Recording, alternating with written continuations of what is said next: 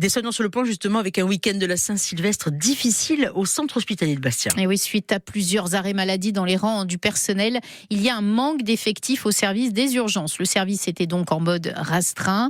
Alors, véritables arrêts maladie ou ras-le-bol face au manque de moyens.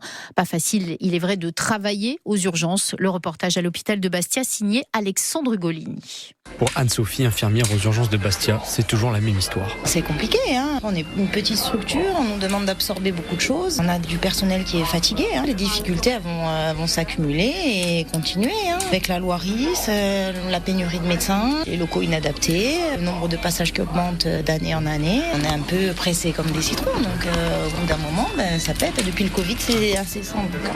Manque de personnel, de lits, une chanson qui ne cesse de se répéter.